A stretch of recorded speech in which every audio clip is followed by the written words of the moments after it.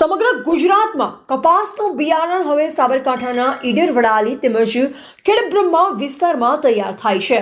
ત્યારે હવે કપાસનું બિયારણ તૈયાર કરનારાઓ માટે ખેડબ્રહ્મા ખાતે એવો કિસ્સો સામે આવે છે, જેમાં એક તરફ બિયારણ બારોબાર વેચી માર્યા બાદ વેપારીએ પૈસાની માંગણી કરતા તેની ઉપર ધારદાર હથિયારોથી હુમલા થતા પોલીસ ફરિયાદ નોંધાઈ હતી। જોકે પોલીસ તમામ આરોપીની અટક કરી વધુ તપાસ હાથ ધરી છે। સાબરકાંઠાના ખેડબ્રહ્માના પરોયા ગામે સ્થાનિક વિસ્તારમાં કપાસનું બિયારણ તૈયાર કરવા માટે નિકુંજ કુમાર તેમજ મહેન્દ્રભાઈ પટેલે વાવેતર કરાવ્યું હતું। જોકે સાંજના સોમવારે બિયારણ કેટલું તૈયાર થયું તેમજ ક્યારે બિયારણ આપવાના છો તેવી માહિતી મેળવવા જતા સ્થાનિક કક્ષાએ સાથે આરોપીઓ એકસંપ થયા તેમજ અચાનક હુમલો કરતા મહેન્દ્રભાઈ પટેલ સહિત નિકુંજ કુમારને શારીરિક ઈજા પહોંચી હતી, જેમાં મહેન્દ્રભાઈને ગંભીર રીતે શારીરિક ઈજાઓ થતા તેમને તાત્કાલિક ધોરણે હોસ્પિટલમાં દાખલ કરવામાં આવ્યા હતા। સામાન્ય રીતે કોઈ પણ વેપારી જ્યારે પોતાનો માલ સામાન જે તે વ્યક્તિ પાસેથી લેવા જાય ત્યારે વેપારી દ્વારા અપાયેલ માલ સામાનને અન્ય જગ્યાએ વેચી નખાતા સમગ્ર મામલે ભારે હંગામો થયો હતો। સાથોસાથ આરોપીઓ એકસંપ થઈ અચાનક થયેલ હુમલો કર્યો, જેના પગલે મહેન્દ્રભાઈ ગંભીર રીતે ઘાયલ થયા હતા। પોલીસે આ મામલે 5 આરોપીઓની હતી તેમજ તેનું કન્સ્ટ્રક્શન કરી કોર્ટ સામે રજૂ કર્યા હતા। જોકે સામાન્ય સંજોગોમાં આરોપીઓ દ્વારા હુમલો થયાનો સાબરકાંઠાના ખેડબ્રહ્મા વિસ્તારનો આ પ્રથમ બનાવ હશે, જેમાં પોતાનો માલ સામાન લેવા જતા 5 જેટલા આરોપીઓએ એક થઈ ગંભીર ઇજાઓ પહોંચાડવાનો પ્રથમ બનાવ હોવાથી પોલીસે ઘટનાનું રિકન્સ્ટ્રક્શન કરી હથિયાર મેળવવાનો પ્રયાસ હાથ ધરી હતું।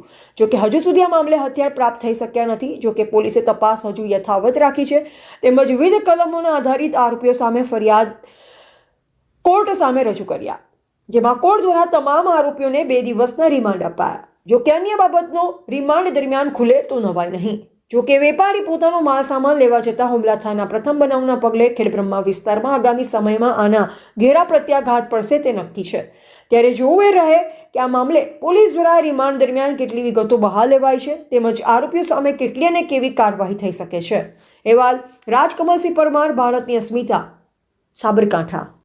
ગત 27/12ના રોજ પરોયા ગામે સાંજના 7:30ના સમયે નિકુંજભાઈ તથા તેમના શેઠ મહેન્દ્રભાઈ અને એમનો દીકરો ક્રિશ એ લોકો ખેડૂતો પાસે બિયારણ જે તૈયાર કરવા માટે આપેલું હતું એને કેટલું બિયારણ તૈયાર કર્યું છે એ બાબતે તપાસ કરવા જતાં જે આરોપીઓ છે ડાયાભાઈ મકવાણા, અમૃતભાઈ મકવાણા, વિષ્ણુ મકવાણા, અક્ષય મકવાણા, હરેશ મકવાણા અને રોહિત મકવાણા આ લોકો ત્યારે ચર્ચા કરવા લાગ્યા કે અમારી પાસે કોઈ બિયારણ છે નથી અને અમે એ વેચી માર્યું છે, હવે પછી તમે અહીંયા પૈસા લેવા આવશો તો તમને મારીશું।